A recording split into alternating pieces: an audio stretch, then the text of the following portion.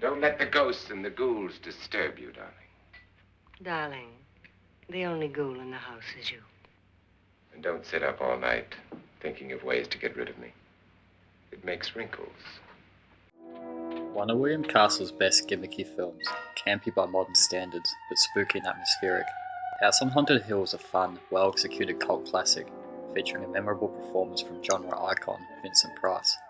There is some good humour in the dialogue, which not only pays off well against the ghostly elements, an eerie and at times suspenseful tone conveys the ghoulish nature of this genre piece. With the many ridiculous and unexplained horror effects lurking every corner, it's best not to take the narrative too seriously and simply enjoy the ride. As far as haunted house movies are concerned, the film encapsulates an endearing charm. Eccentric millionaire Friedrich Lauren and his fourth wife Annabelle have invited 5 people to the house on Haunted Hill for a haunted house party. Whoever will stay in the house for one night will earn $10,000 each. As the night progresses, all the guests are trapped inside the house with ghosts, murderers, and other terrors. House on Haunted Hill reverts to the fundamental of the ghost story, fear of the unknown. The overblack opening is a rather strong, uncomfortable sequence.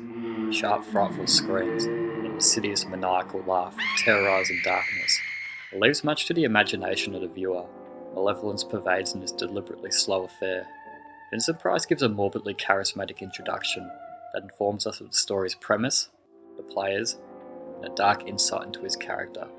The film doesn't exactly shy away from the fact that Price has something devious planned for the evening, nor that his dealings with the supernatural are for the greater good. I'm usually not the biggest fan of films that open up in this format. Here, however, it works to quickly establish genre and simplify the almost ridiculousness of the plot. There'll be food and drink and ghosts, and perhaps even a few murders. You're all invited.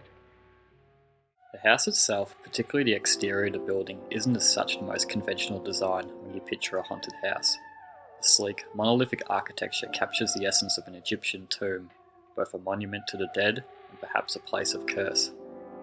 It is of stark contrast to the interior of the premise, with the exception for the basement. Inside, a more traditional, Victorian design accentuates the Gothic atmosphere. The wonderful use of monochrome further heightens the ghostly elements. Suspicion sifts the air. Hidden forces lurk in the dark. The sinister affairs of the house have come to claim another soul. I was particularly fond of the interaction between Vincent Price and Carol Omart, notably the dialogue of their first encounter together. The snappy barrage of quips lodged at one another flows well against the spooky environment. It is only a matter of time before one or both parties is betrayed. Their vicious game openly looms the narrative. We're constantly anticipating who will strike the first blow, or to what extent the guests play in their elaborate schemes. Despite the film's ghostly atmosphere, when ghosts are promised, let's have real ghosts.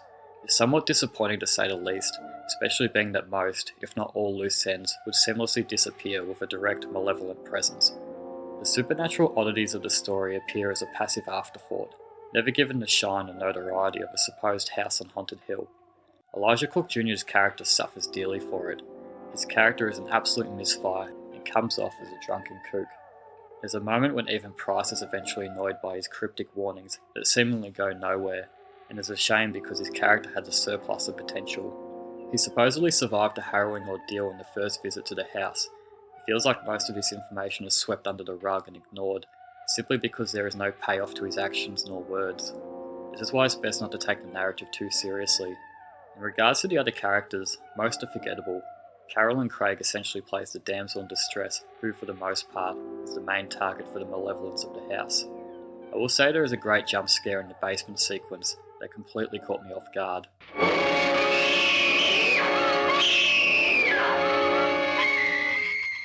Julie Mitchum's character does nothing for me. The way she is written plays off like a passive bystander. Richard Long is alright, simply because the character creates urgency of action. Purely stick around for everything involving Vincent Price. He basically steals the show. I'll have to say the effects used, although gimmicky, are quite entertaining and original. Carol Omart hanging is sudden and chilling.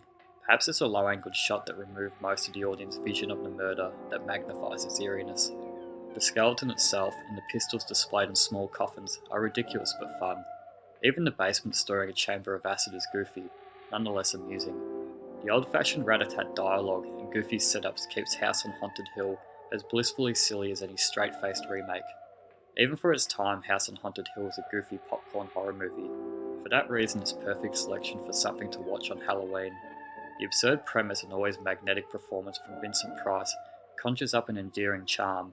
Flaws and all, it's an entertaining ride, given you don't take the narrative, nor many of the characters too seriously.